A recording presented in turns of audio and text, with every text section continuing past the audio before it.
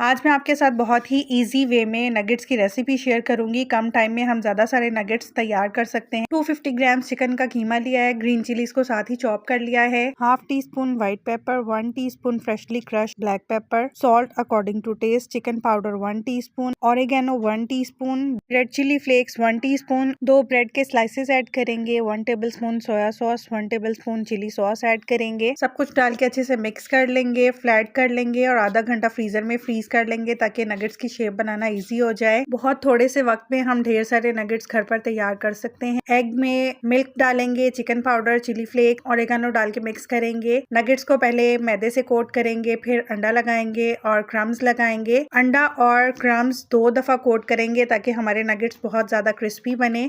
अब ऑयल को गर्म कर लेंगे और नगेट्स को फ्राई करेंगे। कुछ को मैं स्टोर कर लूंगी, कुछ को फ्राई करूंगी। मजेदार होममेड नगेट्स तैयार हैं। डिटेल वीडियो मेरे यूट्यूब